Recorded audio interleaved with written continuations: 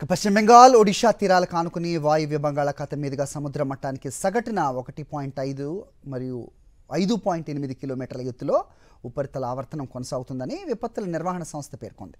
మంగళవారం నాటికి వాయువ్య బంగాళాఖాతంలో అల్పపీడనం ఏర్పడే అవకాశం ఉందని వెల్లడించింది. దీని ప్రభావంతో ఏపీలో 3 రోజుల పాటు అక్కడక్కడ మోస్తరు నుంచి భారీ వర్షాలు కురిసే అవకాశం ఉందని విపత్తుల నిర్వహణ సంస్థ తెలిపింది.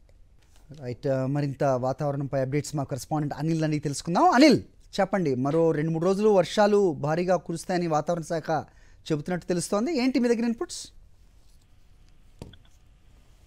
హరి, వాయువ్య బంగాళాఖాతంలో ఏర్పడిన అల్పపీడన ప్రభావంతో గడిచిన వారం రోజులుగా పెద్ద ఎత్తున రాష్ట్రంలో ఉన్నటువంటి అన్ని ప్రాంతాల్లో వర్షపాతం నమోదైంది. అయితే వచ్చే 2 రోజుల్లో బంగాళాఖాతంలో మరో అల్పపీడనం ఏర్పడే అవకాశం ఉందని వాతావరణ శాఖ అంచనా వేస్తుంది. ముఖ్యంగా దీని ప్రభావం అత్యధికంగా ఇటు బెంగాల్, ఉత్తర ఒడిశా తీరాలపై ఆ ప్రాంతాలపై ఉన్నప్పటికీ కూడా ముఖ్యంగా ఏపీలో ఉన్నటువంటి ఉత్తర కోస్తా జిల్లాలో చాలా ప్రాంతాల్లో తేలికపాటి నుంచి మోస్తరు వర్షపాతం నమోదయ్యేటువంటి అవకాశం ఉంటుంది. 1-2 చోట్ల భారీ వర్షాలు కూడా ఉండేటువంటి అవకాశం ఉంది. అయితే ఇప్పుడు ఉపరితల ఆవర్తనం కొనసాగుతుంది. రానున్నటువంటి 48 గంటల్లో అల్పపీడనంగా బలపడేటువంటి అవకాశం ఉంటుందని వాతావరణ శాఖ వెల్లడించింది. ఇప్పటికే ఏపీలో ఉన్నటువంటి దక్షిణ కోస్తా జిల్లాల్లో భారీ వర్షపాతం నమోదవుతుంది. ముఖ్యంగా కృష్ణా, గుంటూరు, పల్నాడు, ప్రకాశం, బాపట్ల జిల్లాల్లో పెద్ద ఎత్తున వర్షపాతం నమోదవుతున్నటువంటి నేపథ్యంలోనే ఏర్పడినటువంటి ఉపరితల ఆవర్తన ప్రభావంతో వచ్చేటువంటి 3 రోజుల పాటు